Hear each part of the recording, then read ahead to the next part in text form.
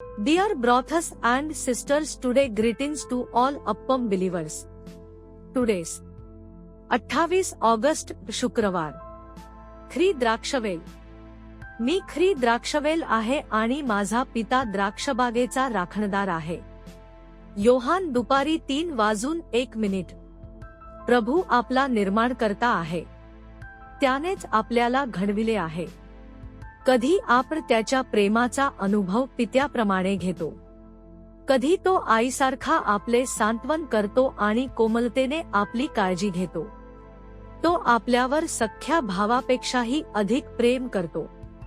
तो आपल्या कुटुंबाचा विश्वासू मित्र म्हणून आपल्याबरोबर चालतो. तो आपला गुरु आणि अद्भुत सल्लागार आहे. या जगाच्या अरण्यात तो आपला प्रियकर आणि स्वर्गीय वर आहे, ज्यावर आपण पूर्ण विश्वास ठेवू शकतो. जक्कय उंबराच्या झाडावर चढून येशू कोण आहे हे पाहण्याचा प्रयत्न करत होता. तेव्हा प्रभूने स्वतःला त्याचा तारणारा म्हणून प्रकट केले. लूक संध्याकाळी 7:04. तो जगाचे पाप दूर करणारा देवाचा कोकरू आहे. आपण त्याच्या अधिक जवळ जातो तसतसे तो स्वतःला पवित्र आत्मा आणि अग्नीने बाप्तिस्मा देणारा अभिषिक्त म्हणून प्रकट करतो. जे त्याला अधिक जवळून जाणून घेऊ इच्छितात त्यांच्यासाठी तो महान वैद्य ठरतो, जो प्रत्येक रोग बरा करतो. जर तुम्ही दाविदाला विचारले असते, प्रभू कोण आहे, तर तो म्हणाला असता, परमेश्वर माझा मेंढपाळ आहे, मी त्याच्या कुरणातील एक मेंढरू आहे. आजच्या वचनात प्रभू येशू स्वतःविषयी आणि पित्याविषयी दोन अद्भुत सत्ये प्रकट करतो. तो म्हणतो, मी खरी द्राक्षवेल आहे. आणि पुढे, माझा पिता द्राक्षबागेचा राखणदार आहे. तिसरे सत्यही येथे प्रकट होते. विश्वासणारे म्हणजे त्या वेलीच्या फांद्या. मी द्राक्षवेल आहे, तुम्ही फांद्या आहात.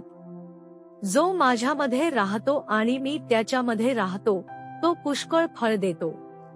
योहान दुपारी 3:05. प्रभू आपल्याशी हे सुंदर नाते प्रस्थापित करतो आणि त्याचबरोबर त्याची अपेक्षाही सांगतो. त्याला आपण निष्फळ फांद्या किंवा आंबट व निकृष्ट फळ देणाऱ्या वेली व्हाव्यात असे वाटत नाही. उलट त्याची इच्छा आहे की आपण भरपूर चांगले फळ धारण करावे. ते चांगले फळ म्हणजे पवित्र आत्म्याचे फळ.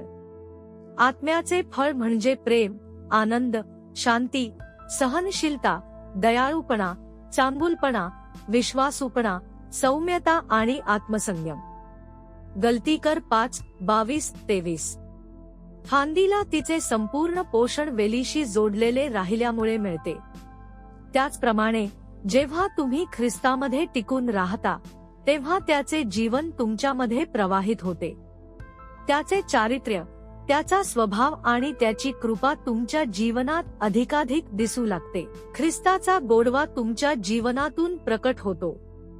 प्रिय देवाच्या लेकरा, जेव्हा लोक तुमच्या जीवनात आत्म्याचे फळ पाहतील, तेव्हा त्यांनाही प्रभू किती चांगला आहे याचा अनुभव येईल. पुढील मन्नासाठी वचन. यामुळे माझ्या पित्याचा गौरव होतो की तुम्ही पुष्कळ फळ धारण करता आणि अशा प्रकारे तुम्ही माझे शिष्य ठरता. योहान दुपारी 3:08. आजचे बायबल वाचन. सकाळी स्तोत्रसंहिता 123, 124, 125. सायंकाळी 1 करिंथकर 10:1-18.